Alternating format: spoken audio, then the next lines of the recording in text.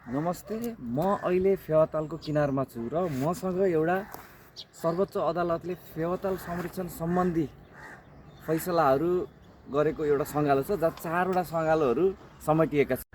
चारवटा फैसलाहरू मध्येको एउटा फैसला छ जहाँ अधिवक्ता खगेन्द्र सुवेदी र बालकृष्ण भण्डारीले नेपाल सरकार विरुद्ध गर्नुभएको मुद्दाको बारेको त्यो फैसलाको भित्रको एउटा सानो भाग पढेर सुनाउन चाहन्छु। विक्रम सम्वत 2018 सालमा फेवातालको बाँध निर्माण सम्पन्न भएपछि कायम हुन आएको तालभित्रको जग्गा र सो बगत कायम रहेको तालको डिल समेतलाई सरकारी जग्गा मान्नुपर्ने कानुनी व्यवस्था रहेको हुँदा त्यस अन्तर्गत परेका जग्गाको सम्बन्धमा बदर गरी फेवातालको नाउँमा कायम गर्नुपर्ने हुँदा त्यस्ता जग्गाको सम्बन्धमा मुआब्जा दिनुपर्ने देखिएन।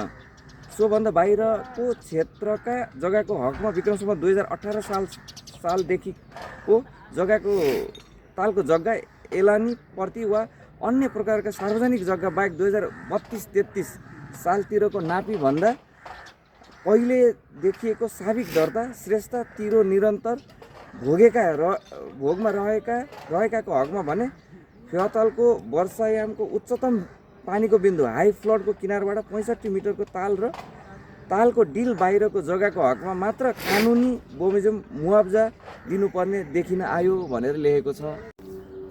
यो फेवातालको समस्या लामो समयदेखि वर्षौँदेखि पहिलाका राजनीतिक दलहरूले एउटा राजनीति गर्ने थलो बनाएका थिए र लामो समयसम्म विवादमा रह्यो।